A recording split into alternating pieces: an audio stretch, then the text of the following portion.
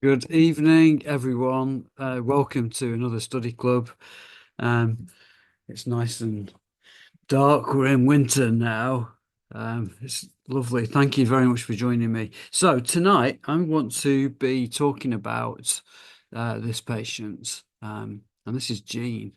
I'm going to go through her treatment completely from start to finish. What I really want from you guys, please, is feedback because I'm here in this upstairs. It's in my office slash spare bedroom at the house on my own with a screen here. So please just ask loads of questions. If there's anything that comes up, even if it's a silly one, please go for it. Dead important. I'm really excited about showing you and sharing this case because we took Gene from this to this, and it's just a total change from something that's not great and actually really quite damaging to the mouth to something that works really nicely and is much more comfortable. Um, so if you are familiar with this, you'll know that I do have lots of case studies and things on my website. And if you just click on my website and go to the case studies section, you can just scroll down. You can have a look at all these different cases. This is Jean's case here, and there's loads of them. I've done just about 70 of them now, and it's just got a step-by-step approach. So I think, if you're really interested, go for it. It's just there, for you to access. So I as a lot of you will know now, my first contact with my patients is via Zoom, and I've been doing this for ages now. It's almost 5 years, and I love doing this. So this is back in 2020 when I saw Jean, um, and the great thing about doing these Zooms are that the patient does not need to come to the practice, and I can just literally do them from home here. And the patient can show me their denture. I can get an idea of what the concerns are, particularly if the referring dentist has sent some x-rays too, and then I can then give them an idea on what we can do. And so it's lovely. And the great thing is I can record it as well, just like I'm recording this webinar tonight. And by the way, the webinars, all of these study clubs, I put onto my YouTube channel, and they're there for you to just look at in the future. If you miss any, you can just dip into and have a good look at too. So so uh Jess has asked a question here straight away. Finn, do you charge for your Zoom? No, I don't. I do this free of charge for the patients. So and but I can give them an idea on potentially how much the treatment will cost. If they come into the practice for a consultation, the charge is £165 at the moment. Next year, it's going to be 195 for them to come in. And what I found, and this is dead important, is um, that I can give them an idea, a range of fees. So for Jean at the time, this would be 5 years ago, I'd be saying, look, it could be somewhere between £4,500 going up to £7,000 for an upper metal-based partial denture for you.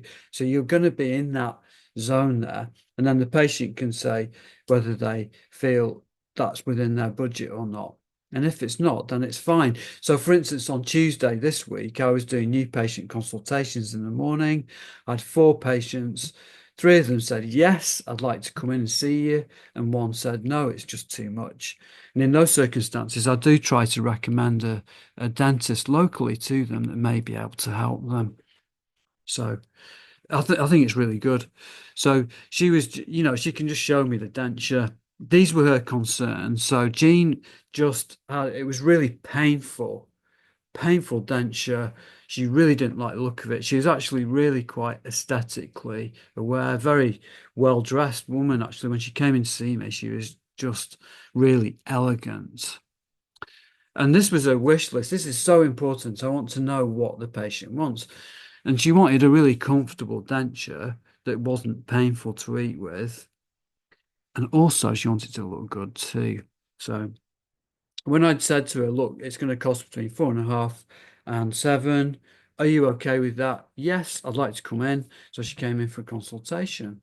So this is Jean at the consultation appointment, and I like to spend an hour and a half with the patient. And now Rowan's off at the moment and he's ill. So I've actually extended my appointments now to 2 hours for consultations. It just gives me plenty of time. I can really go to town on the design and look at these sorts of things. But I love taking photos. I find these photos are just so useful for so many purposes.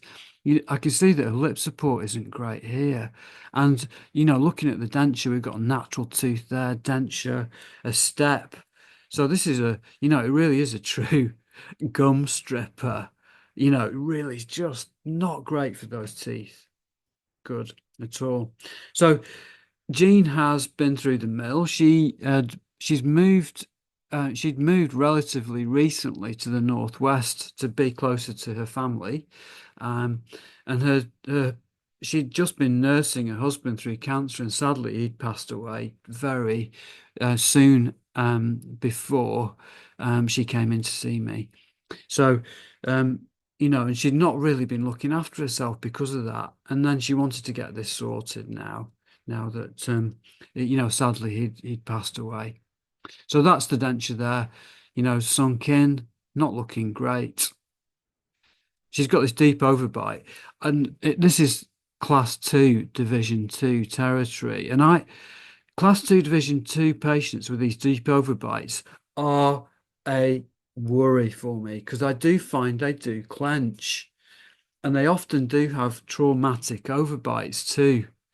Um, Oral hygiene's not great there, but you can see, look at that, isn't that? It's like your true gum stripper. It's not held in by anything. There's no clasping. It just looks really bad. And she just chomps right down on that. Shortened, shortened dental arch in the lower. I often in these cases, I just try not to overcomplicate things. I'm not going to put anything here. She's got enough teeth to bite with at the bottom there. But if you notice here, we've got quite a positive overbite, a positive bite. We've got a good positive occlusion. It's a deep overbite. So I know that if I'm going to put anything in there, I'm going to have to be opening the patient up. So I'm immediately thinking an overlay denture, a denture that sits over the occlusal surfaces of those upper teeth. This is what I'm thinking about when I'm photographing them, even. I like doing my periapical, seeing what's going on. And, you can see that we've got subgingival calculus here, quite a lot of periodontal destruction. So these teeth are just on borrowed time as well, really. But the plastic denture is really wrecking things, isn't it? Here, look at that. It really is a gum stripper. Um, where it's purely supported on those soft tissues. And what I'm thinking is I just want to get a metal-based denture supported by those teeth and also designed in such a way that when those teeth fail, we can add it to the denture, so that we're not having to make a new one completely. So this is that old acrylic-based denture. I've forgotten how old it is, but it looks between 5 and 10 years old, at a guess. And then, so what I do, this is at the consultation appointment to get all of those details. And then what I like to do is, whilst the patient's having a cup of tea, I design the denture and using all of those photos that I have. So, and what I really love doing is, I love this stage, is getting my pens and colouring this in. So you can download and print off this design sheet from my website and start using that if you will, and if you want to. Now, you can design these things on iPads, you can do it electronically. I've tried it, but it's not as satisfying as getting these pens and colouring them in. And I've got loads of these pens in a drawer here, which I have, and they're just super, and it's just good fun. But this is the resources section of my website. If you just go to the resources page, click on that at the top there. What I've done is I've organized it so that you've got key resources here, so you can use these. So there's the universal designs, the partial denture design sheet, which is that um, this one here, like that, you can color in, and also a design sequence which I've done with Rowan. This is the design sequence which I've done with Rowan and John Besford, and this has 9 steps on it in terms of producing a really lovely design of denture there. But also, I've got these cheat sheets as well. I think these are really, really useful, where I've got lots of different combinations of missing teeth, of both good prognosis on this side, lots of patterns of missing teeth, and these are dubious prognosis on that side. And if we have a closer look at Gene here, Gene is quite similar to number 6, but due to the potential, almost like it's not infinite, but there's lots of different patterns of tooth loss. This sheet can't account for everything. I always personally just do a new design for each patient because it really helps me understand what's going on. So this is what I did with the patient there at the consultation appointment, and it's really lovely with them being present because they can actually see me designing this and work out. And also, it gives the patient almost a mental picture of what the final thing is going to look like. I think it's really important with these Scandinavian dentures with quite lots of metalwork on, which are fabulous dentures. Um, but they also do have quite a lot of metal on it. I think it's important for patients to pick them up and have a look at them. So I do have some examples in the surgery, just in the drawer there. So, for instance, any dentures in the past that have just not fitted, then we've just kept them and used them as examples so patients can have a good look at it. So what I'm looking at here, and this is really important, let's just go through the design process. So this is without study models. This is before I've done study models. This is with the patient there. I've taken photos, I've got those on the screen, and I can just start to colour in. So, and I've got a free end saddle here. I want to extend it around the back. I want to use that tooth for support just here. I want to keep the clasps as far back as possible. So I'm going to use, and I want to use one clasp, sorry, 2 clasps. This is on average 2 clasps per denture. So a gold eye bar on this premolar and a chrome cobalt clasp coming round the back of that 7 just there. So they're as far back as possible out of sight because clasps are ugly. They really get in the way of the patient's smile, and the patient can, when they really show up. So they're the worst feature of a partial denture. So I want them out the way as far back as possible. And then we've got the replacement teeth here, just there. I also elected to think about putting a tooth in just here, metal backings on those to reinforce them, and then want to keep things nice and clear of the gingiva too. Space for a TP round the back here, where we've got this section just coming in there too. And then these are nice little side sections which I can colour in too, which I think are really super important for path of insertion there. That's going to go in that way at the front. So we're going to fill in this gap, and I want it to just fill in that gap like that and going up at 45 degrees with that path of insertion. So Bryn has asked me a question. Sorry, I've just missed that question. Bryn, evening, Finlay. I'll see you tomorrow, Bryn, at the study club. I'm looking forward to it. These pens and partial denture sheets are such a great de-stressor, and the lab love them. Absolutely superb. You're dead right.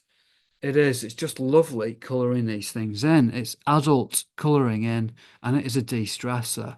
It's wonderful. Um, So the so this is what we came to. This was the quotation back in 2020. So 5,575. So I can do that, sit down and say, this is how much it's going to cost. Um, and then Jean went ahead and went straight ahead and booked in, and we went for the primary impressions.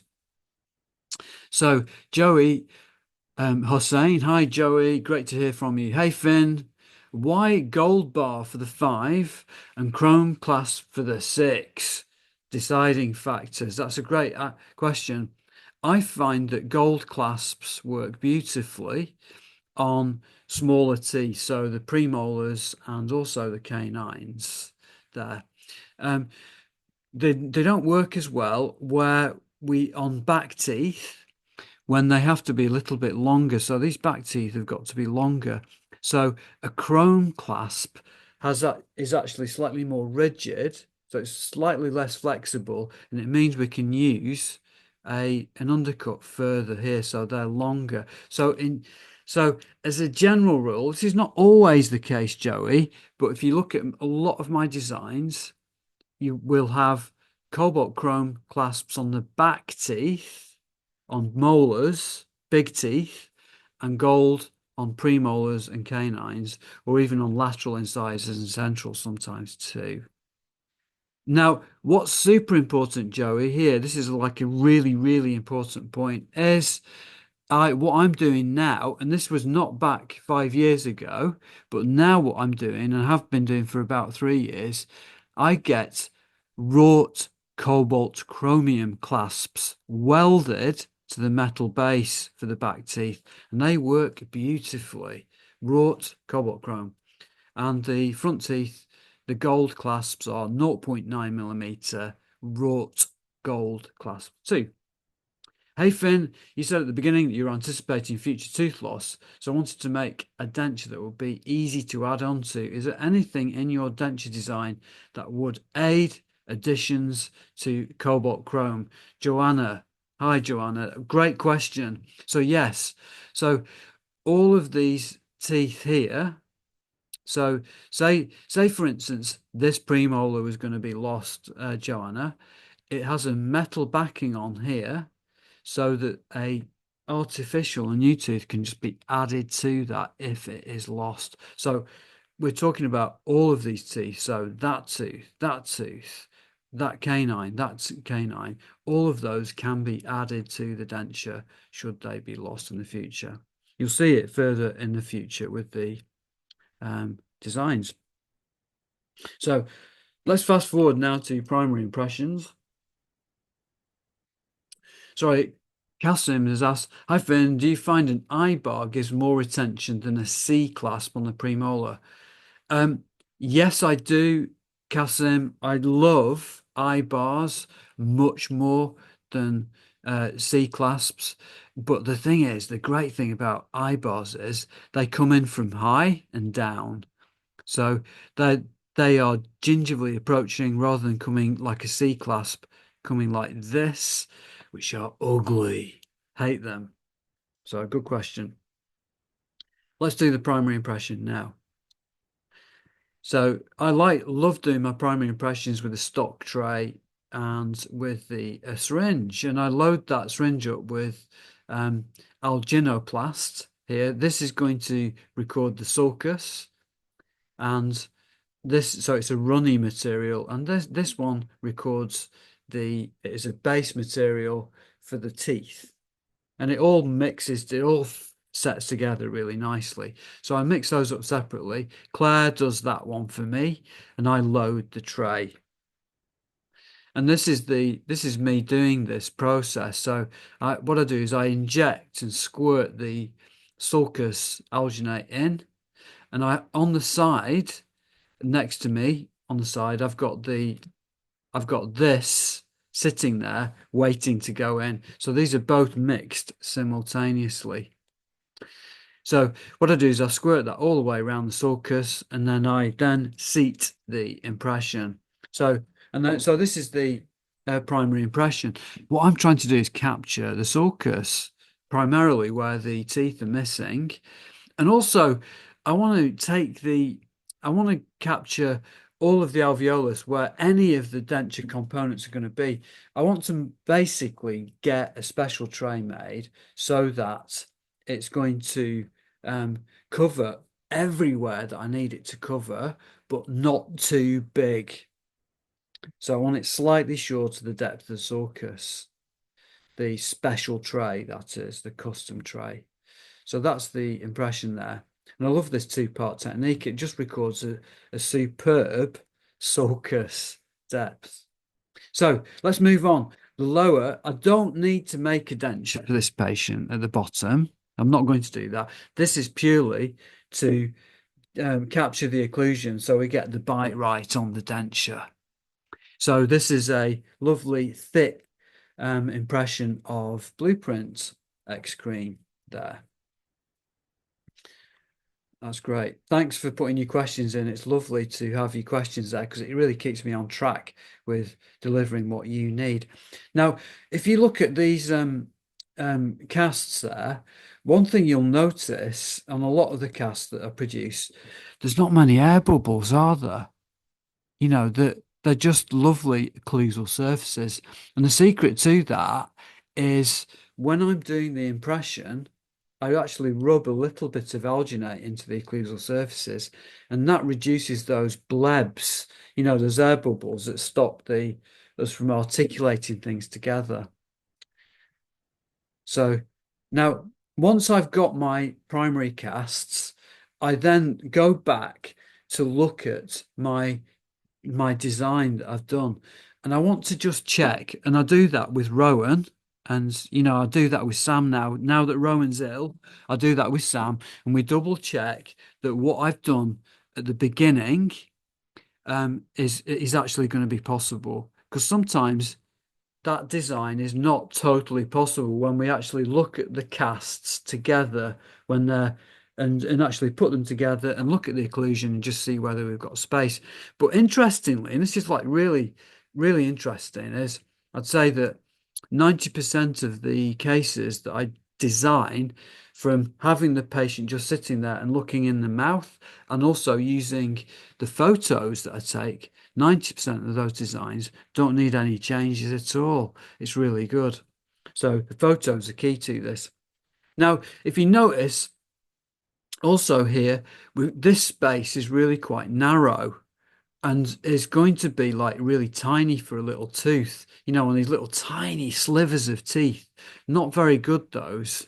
So often what Rowan does, he will make me these little preparation guides, and these are made of Duralay pattern resin, and a little bit like for fixed prosthodontics when with crown preps, he makes me these little hats, and then I can just trim away the side of the tooth there to make the denture fit really well. Hi Finlay, do you formally survey your case, study cast and dental surveyor, before getting started with treating patients? Jack has asked that really great question. Yes, I do. And what we do is once we've got, and this is coming back to this bit here, finalizing the design. I finalize the design by putting it onto the surveyor and looking at that with Rowan, just checking I've got undercuts, checking that I'm thinking about retention. Have I got an undercut, say, to put this gold eye bar in to make it clasp that on that tooth there? Do I have an undercut here for a clasp on that tooth there? Have I got the correct guiding surfaces? What path of insertion are we going to use? That type of thing. But seriously, the paths of insertion for missing upper front teeth is almost always at this, almost like 45 degrees. And that just fits and fills in that gap really beautifully in missing tissue there. Great question, Jack. Thank you.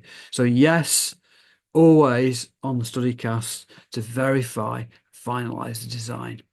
So these prep guides are really quite useful.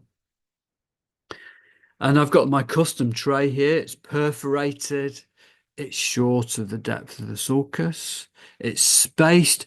Rowan puts loads of spacers on this so that the teeth, I'm not going to scrape the teeth with the impression tray when I'm going to do the impression there. So I'm still loving analog. Digital's not great for this sort of thing. We've got freehand saddles. We've got lots of missing teeth. So recording a functional depth of the sulcus is really crucial with this sort of thing. So scanning is not good for these currently. Um, the impression could well be scanned if you wanted, but I just still do it analog by hand. Beautiful. So that's a custom tray there. So next visit. So this is treatment visit 2. I get the patient in. I do my tooth preparations and working impressions. So these are those prep guides that I've got on here. So and these work really beautifully. I just pop them on like that, and then I can trim away the teeth there. So just gently, just taking a little bit of the enamel off just to create guiding surfaces and make the denture fit better. And also, it's secondly, it really fits better. But secondly, it's important for creating space if we want to fit a tooth in that gap there, because slivers of teeth, little slivers, look really bad. And you can see the amount of space that I generated from that. I don't use local anesthetic. I just carefully just shave that off and have just talk to the patient about, I'm wanting to just adjust your teeth. It's not going to harm them. It's going to make the denture fit better, and in the long run it will make your teeth last longer because the denture will be better supported. That's the dialogue that I have with my patients. I also cut in the rest seats as needed as well. I did a nice distal rest on that, on the premolar on the other side. Little slot rests just here. Quite often in these cases, though, these tooth wear cases where the class 2 div 2s, quite often they've actually made their own rest seats, the tooth wear, interestingly. So so once I've prepped the teeth, I'm now ready to take my working impression. So, and I always think this is the most important. I say to the patient, this is the most important appointment of the whole process because this is the basis on which we're going to be making the impression. I love using green stick, and I just warm that up in soft water. In hot water. It softens in really hot water in a kidney dish, using a bit of Vaseline on my gloves. I place it onto a heated tray. I use my Bunsen to heat the tray, soften it up, press it in, and take that to the mouth, and just press it in place. And this, I find, really helps me to center and square the tray up so it's level, right in the middle where the frenum is, so it can just seat really nicely. And what I'm thinking about and trying to feel is, and I don't want the teeth to scrape the tray. And I bored a mold then, this section here at the back, that's the free end saddle. I want to get that bored and molded just there.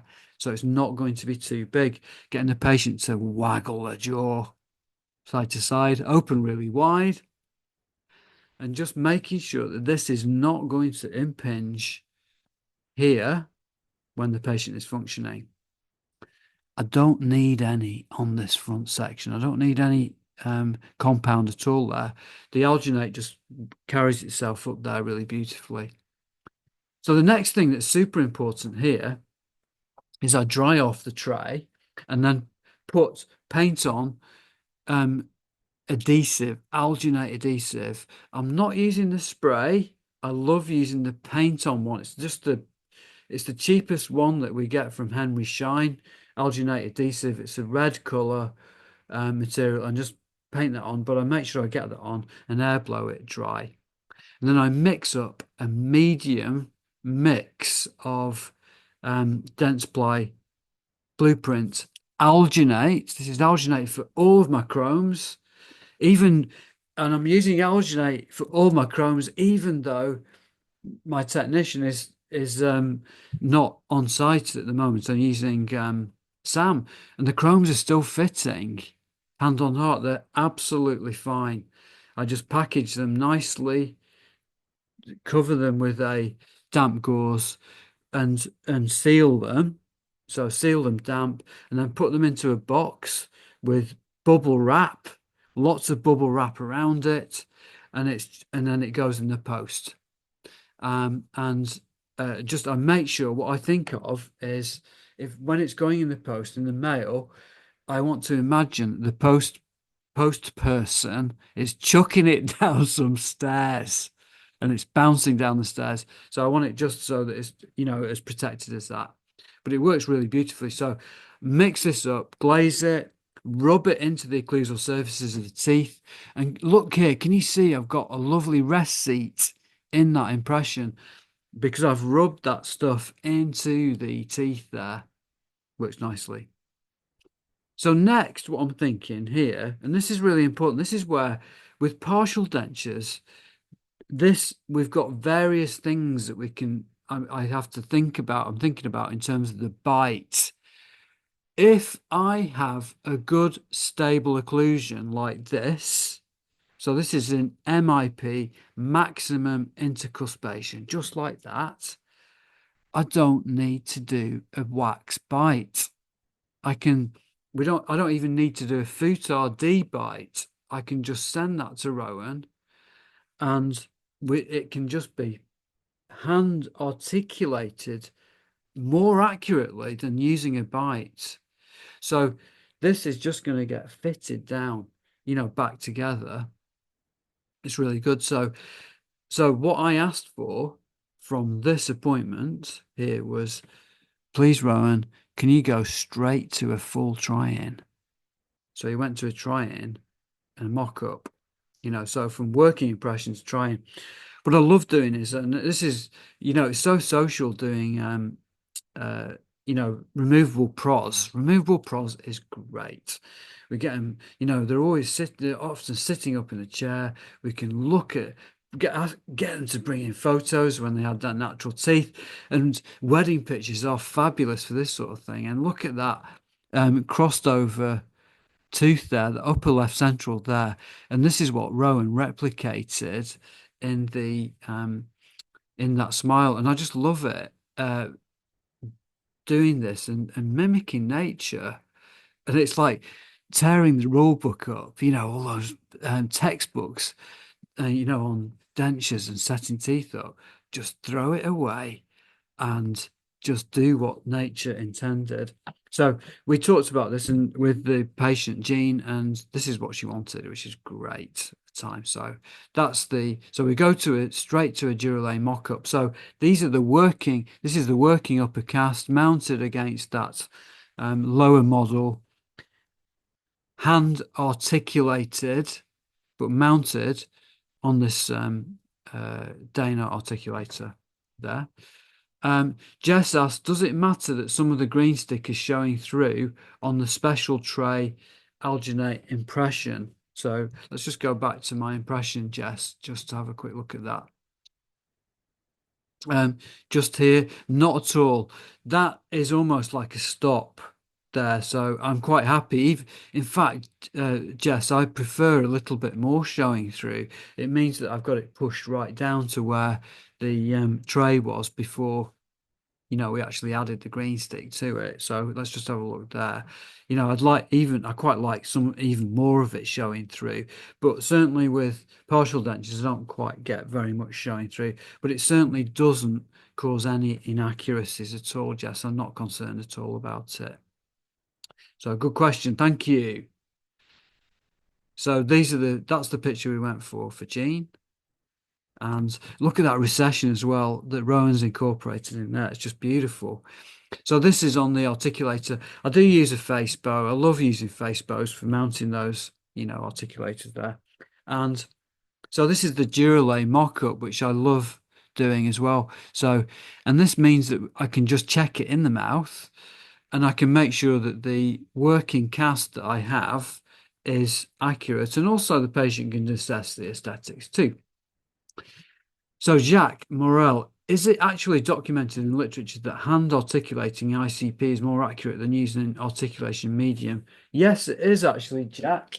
And I do have it. I've got I'm actually writing a textbook on partial dentures at the moment. And one of my heroes, Jack, when I was at um, years ago, was Mike Wise, and he wrote this textbook on managing the failing dentition. And in here is the reference for hand articulating casts is more accurate than using a bite record to get maximum intercuspation. But the important thing, Jack, is that we can only do that if the teeth are stable and there's a good tripod of teeth to touch.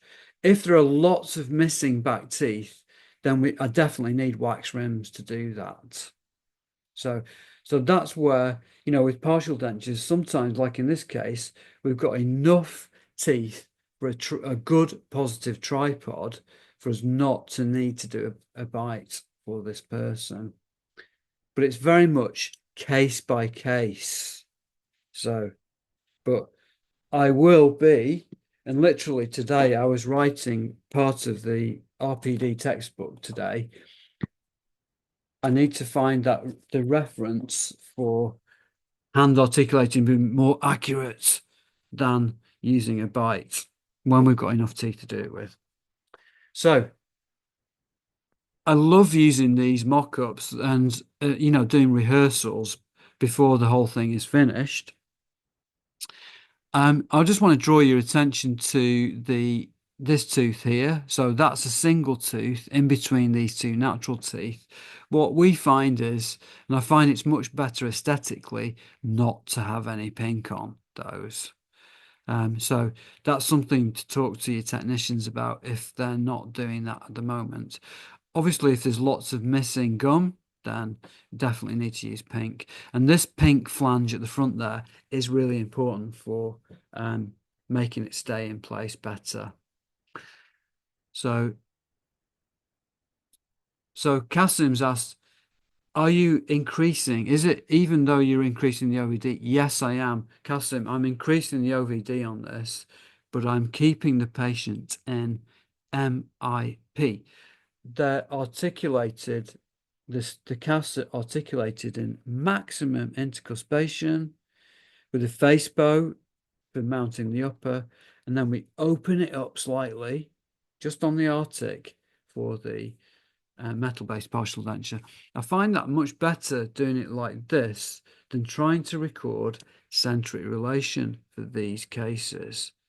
Really important point. Good. Thank you for asking that question. So let's go now to the try-in stage, appointment 3.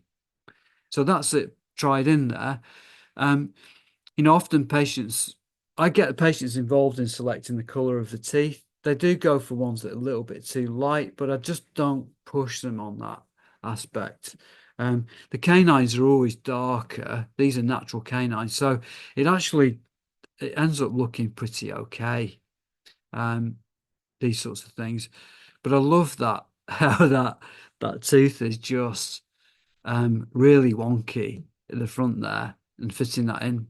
So that flange is just going to fit there nicely. So this is the try-in, by the way. This is a wax try-in. The patient just to assess things. That's that little tooth there. Little and in there. And so, I can say to the patient, look, we're going to have a clasp here. Are you okay with that? And it just gives me a good feeling if this is fitting. It's not a definite, this is not a definite if this fits, the chrome's going to fit, but it does gives me a good feel for how things are going to be. Plus, it's actually quite nice for the patient because they do get a good idea of the footprint of it. That's what I say, the footprint of this, and I use that term. The footprint will be similar. This will be similar to what you got in your mouth there. So that's great. And then we take the photos, do a video, make sure she's totally happy. Can you see how that tooth is really quite crossed over? We're mimicking that, and it's just lovely how we've got this occlusal plane level now, and it looks really good. And what I was really thinking about when I was treating this patient and concerned about in particular was the old denture is so sunk up there, right up. I was thinking, are the canines over erupted or are they in the right place? And I can't really tell until we do this mock-up and try it in. So this is why I think mock-ups and trying things in and rehearsals are so super important. Joey Hussein said, could you alternatively have a wax try-in on an acrylic jig instead of a Durolay jig? Yeah, absolutely. Joey, you could have it on an acrylic base. Yep. You could have it just on wax, which is not as good, but the acrylic version would be dead good to be superb. So, absolutely. Anything that's hard. So, but I do think it's important to do the try-in first. This is really important. And then we can then go ahead and do the finished chrome framework because of this deep overbite, we decided to do metal backings on these front artificial teeth there. So I needed to know, Rowan needs to know exactly where the teeth are going to go before Chris, who does the metal work, finishes it. But you can see, pardon me, how just lovely that metalwork is. Nice little eye bar there. And so this is all made, just like we're saying, Kasim. This is at an increased vertical dimension. I think it's around about, you can see there, that's just slightly above zero in MIP. And then the articulator is opened by it's about 3 millimeters jacked open, increased vertical, which is absolutely fine. Patients are fine with that. But it's crucial that I've got a lovely, accurate occlusion. So, and this is why doing the Durolay check with the try-in is so important. I want to know that the occlusion's good and pretty much spot on before the chrome's made, because I don't like having to grind away chrome. It's a bit of a mess. If we are increasing OVD and MIP, Kasim has asked, this is a question about, we're delving into occlusion now, Kasim. We're heading down a deep tracks now. If we are increasing OVD in MIP, will we not create errors as not a hinge movement from MIP? So, Kasim, I I think it is a hinge position because this upper cast, importantly, has been mounted using a Facebook transfer. And the Facebook transfer means that the hinge axis location on the articulator is similar to the patient. So opening and closing the vertical works really well, and I find it works beautifully too. So that's, you know, we can talk about that. If I ever meet you, we can chat about that in even more detail. But I do find it works absolutely fine. So, Jack Morel, placing clasps on the back teeth only for aesthetics. I guess you use some kind of rotational design. In some cases, just like tonight's, you probably don't have much dental undercut to use in the anterior area. Do you rely on the soft tissue undercut only in that case? So, yeah, absolutely dead right. The path of insertion is like that, and then the flange goes right up into that area and does help retain it. Very good. Bryn, sorry, Bryn. So that's great, Jack. Bryn, Finn, when you open the OVD, do you articulate in MIP and then open the articulator by the desired amount? Or do you ever open the OVD with your record rims if you're needing to use rims anyway? Generally, Bryn, if I have a positive MIP, it's really positive, and I want to open them up, I record them in MIP at that closed position. there. So they're in that position, just like on here. And then we open them up on the articulator. And I find that works beautifully rather than trying to record them at an open position because quite often they'll go into some excursive weird position and then I've not recorded them properly and the bite's wrong when I try it in. So that's the case.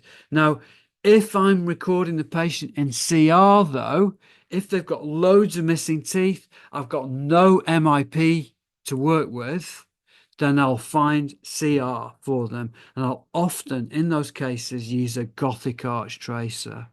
And you'll see me do Gothic arch tracing in lots of complete denture cases. So you'll see them on other videos. But great question, Brain.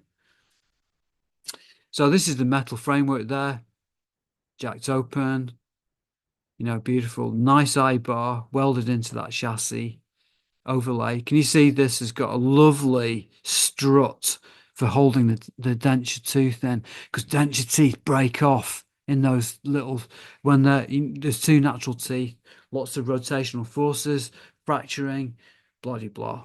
There's always issues with that. So lovely metalwork made by Chris, just fitting beautifully onto the gingiva. Got these nice struts at the front there. That's where the artificial teeth are going to bond in to these areas really nicely. Nice chrome clasp there. This is a cast chrome clasp. I now use wrought cobalt chrome clasp because they're much easier to adjust and bend, welded on. Right. So that's it there. We've got a support strut coming up there for that false tooth, the artificial tooth there, keeping everything away from the gingiva as much as possible, using that Scandinavian approach. Even you can get a TP through that gap just underneath there. Super important. So I'll quickly move on. So this is a metal base. So I check that in the mouth, make sure that's fitting. And check, and I want to make sure the occlusion is just bang on too.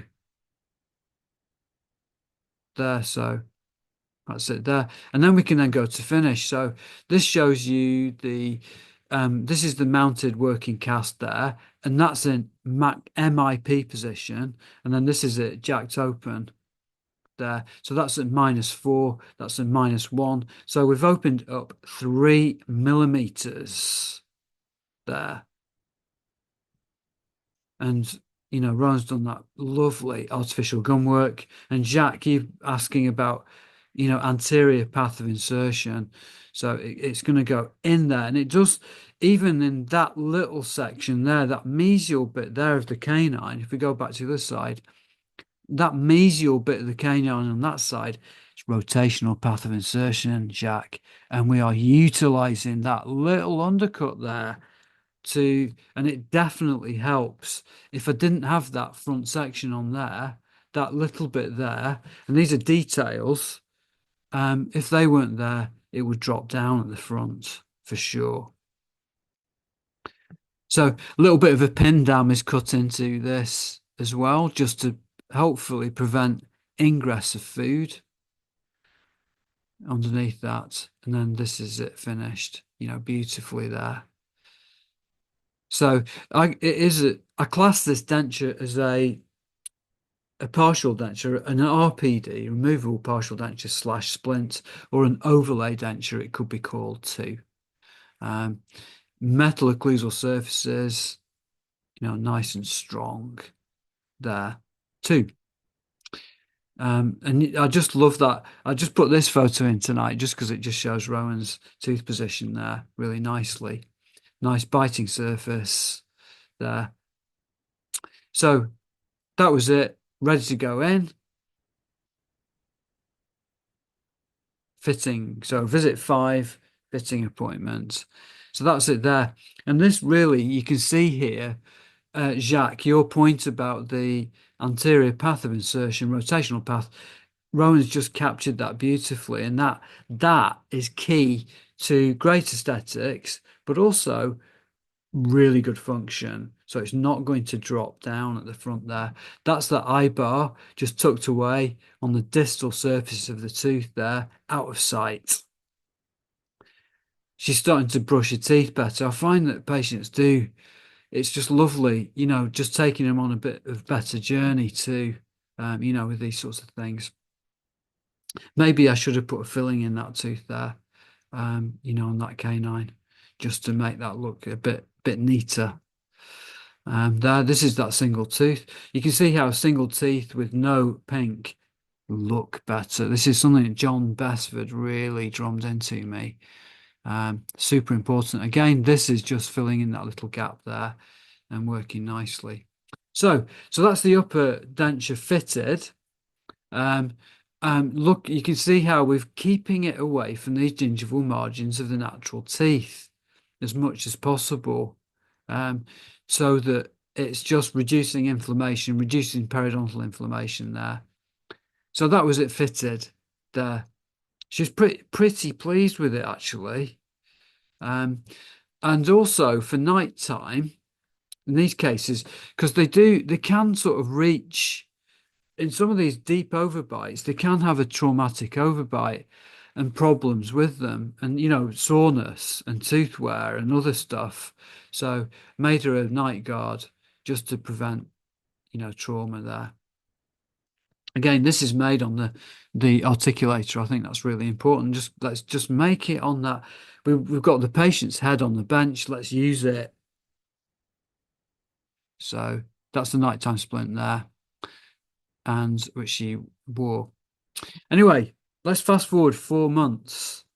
She dropped it, and then this flange broke off. And the denture hygiene is not fantastic, is it? So I've got to sort of like work at that.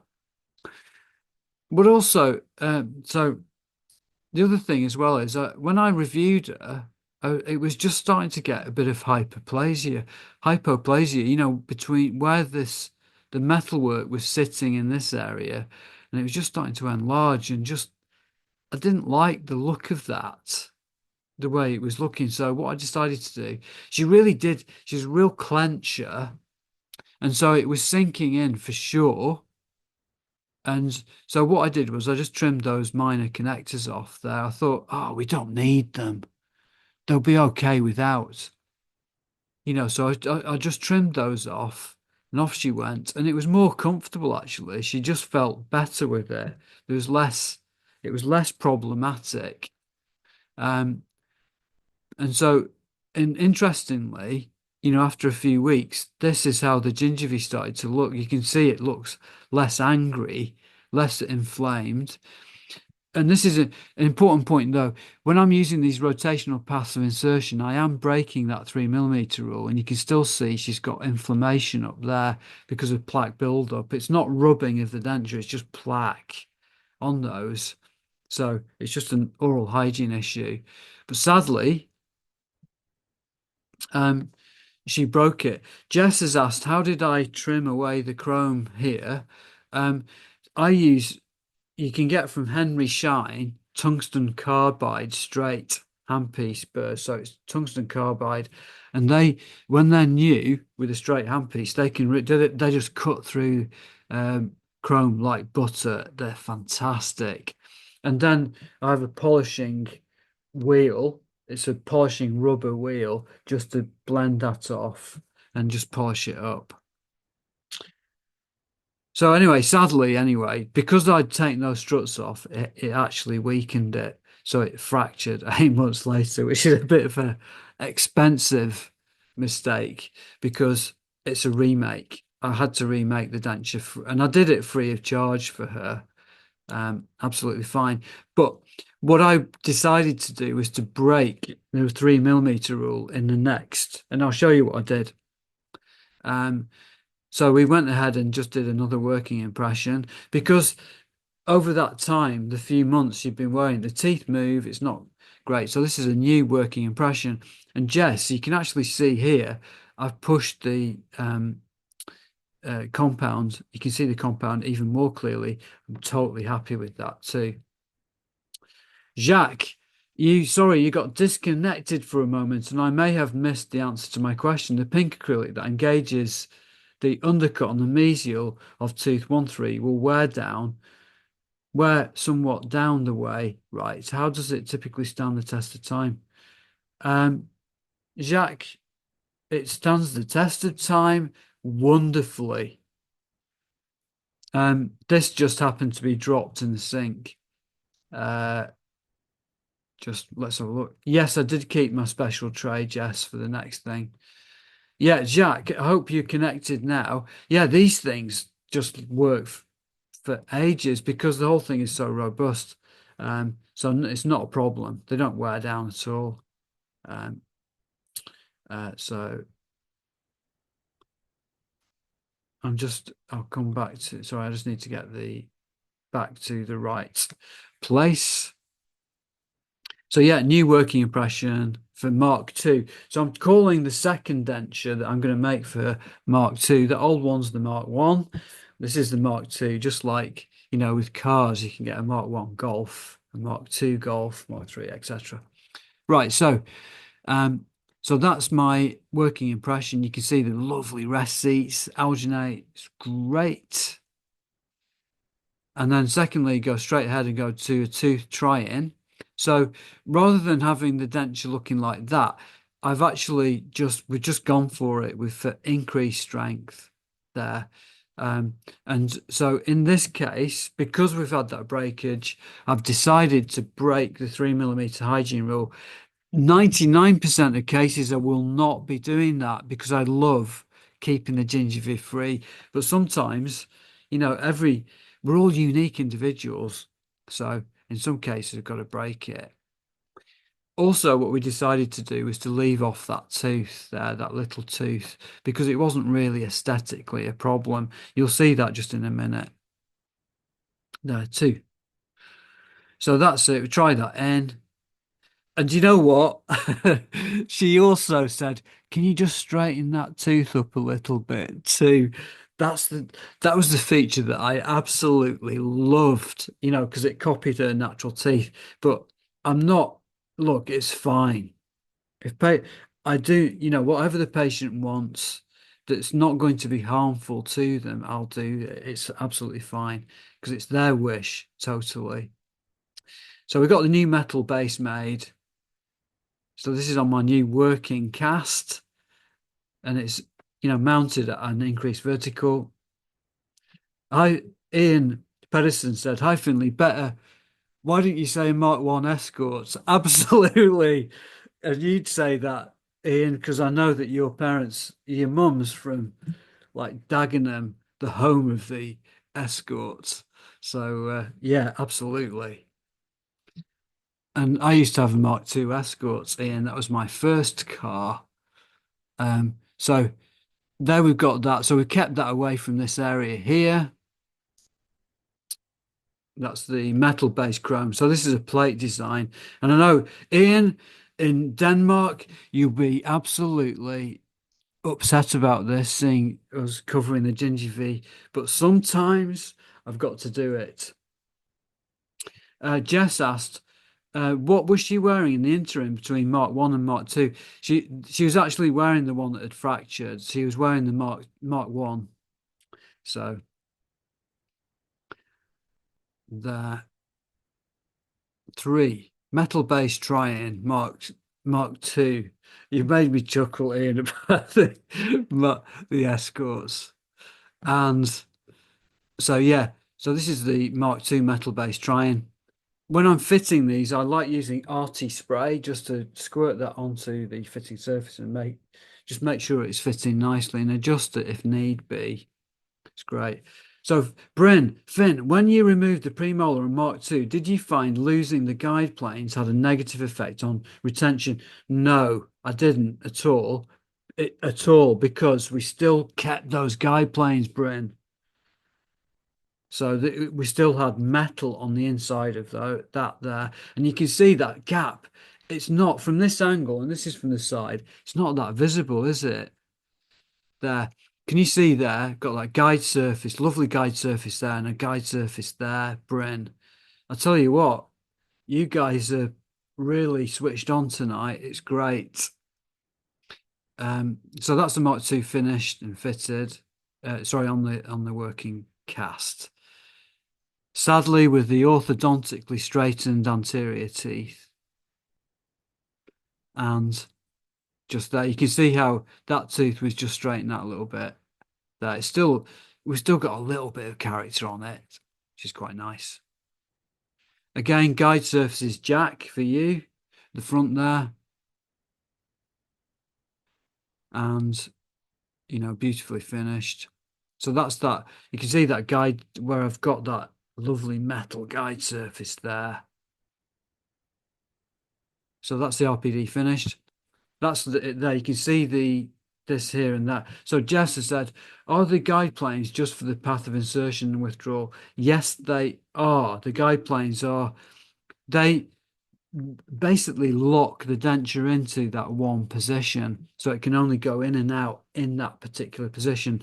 And if the path of insertion is different than the path of displacement when the patient's chewing, it just makes it stay up better.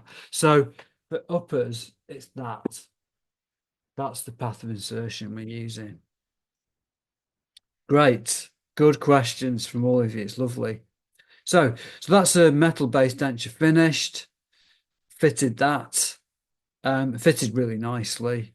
It was really comfy. And it was just going nowhere. It was really well supported by those, the natural teeth and the palate too. So nice guiding surface there. Gold clasp. That's great. There, so that's done and dusted there with that fitting, all into those areas. Guide surface. I've just noticed there's another question. Any thoughts on giving the patient premolars lower left? The occlusion force would be lower in the anterior if they were. Yes, you're absolutely dead right. So, but I think giving the patient lower left premolars, and by the way, this patient she's taken bisphosphonates for quite a long time, so we're reluctant to do anything fixed. So, but putting some implants in and a bridge there at the bottom left-hand side would help to reduce those occlusal forces, yes. But how much, I don't really know. And certainly doing a lower partial denture, I don't think would be a good idea, Ian. Um, it, I think if I'd have given her a lower partial, it would be in the drawer in either the bathroom or the kitchen, and not in her mouth. So I know bisphosphonate makes sense. You're absolutely right. It's just so many people are on it, Ian. So that's her done and dusted. And so she's been wearing that since 2021, this particular. So Mark 1's been in place since 2021 and working nicely.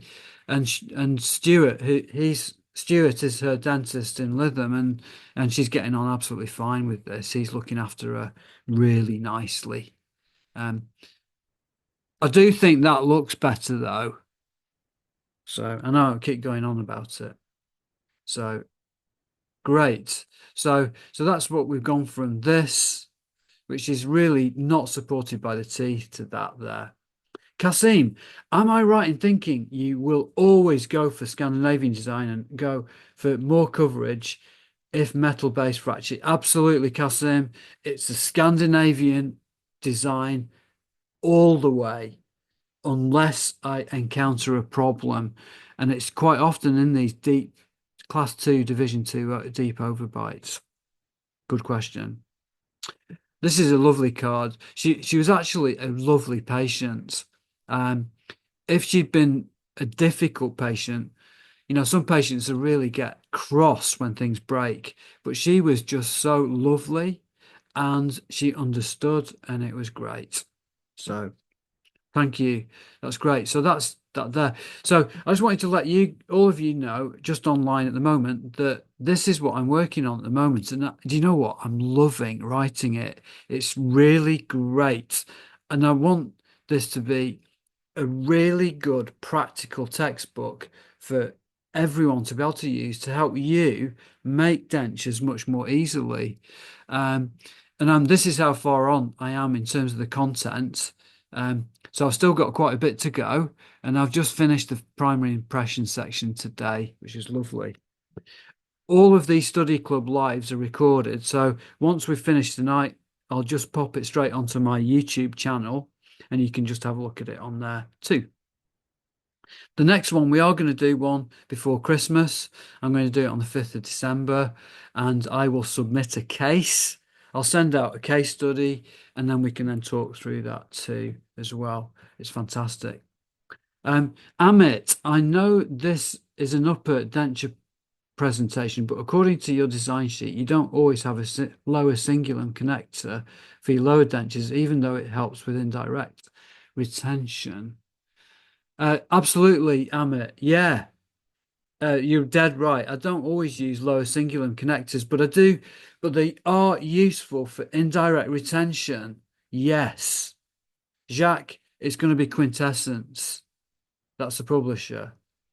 Um, so yeah, but you're right. But this is not, we could talk for ages. So, um, I still have one space available for this course here, which is very soon in November for the partial denture course, 1 day course. The day after implant overdenture, one space available um, for that. And then next year, I'm going to be making the partial denture course over 2 days, not 1 day, because I'm going to run it over two sep. I'm going to run two separate courses. They're both 2 day courses for partial because a lot of stuff to cover, just like the complete denture ones. I run two complete denture courses each year. That's run by Shotlander, and you can just have a look on my website about that. The partial denture course is a 2 day, two separate days. In one course in May, one in November. That's booking up now. I know, Bryn, you're on it. Can't wait to see you there. And then we've got the implant overdenture course is a 1 day masterclass in June. Immediate dentures in June. Just doing those once. They're 1 day ones. An advanced course as well for anyone that's done my courses in the past, any complete denture courses or partials. This is a great day because you can just bring cases in and we can talk about it at the practice too. So I love lecturing as well abroad. So if you want me to do a course for you there, that's fantastic, or in the UK.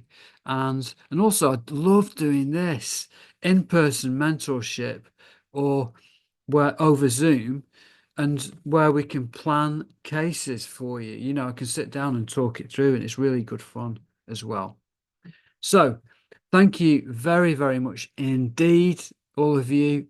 So the next study club is on Thursday, the 5th of December. 7:30 a.m. in the morning for people in Australia and Japan and over in New Zealand too, to be able to watch it there. So, Jess, thank you very much indeed. It's great. I agree the Mark 1 looked better aesthetically. Totally. Irina, great to see you locally from Lancaster. And Cassim, thank you very much indeed.